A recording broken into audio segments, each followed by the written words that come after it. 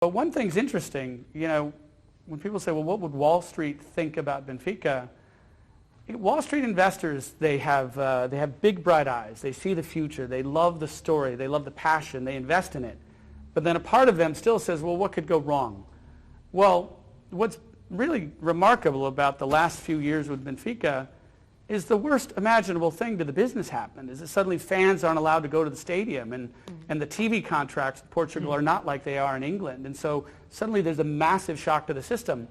And Wall Street would typically expect a business like that to fail. But Instead, having a criminal investigation ongoing please. would be the best moment to list the company. This may be the best moment for me to buy. It's not the best moment to list. I mean, you have to see into the future. You'd be listing on the New York Stock Exchange after the election. It's one person, right? Benfica is bigger than one person. And so we're talking about listing in New York, maybe 5 months from now. But the point I wanted to make about the shock to the system that was COVID is this is a business that is so powerful. When it has a shock to the system like that, they just reach into their academy. It's upsetting to see your favorite players go, but they made money in player transfer windows, and they have the ability to get their profit to a break even off of the strength of their academy. So Wall Street, they're going to look at that and see that this is an engine that cannot be stopped. And so I think it's a very good Wall Street story.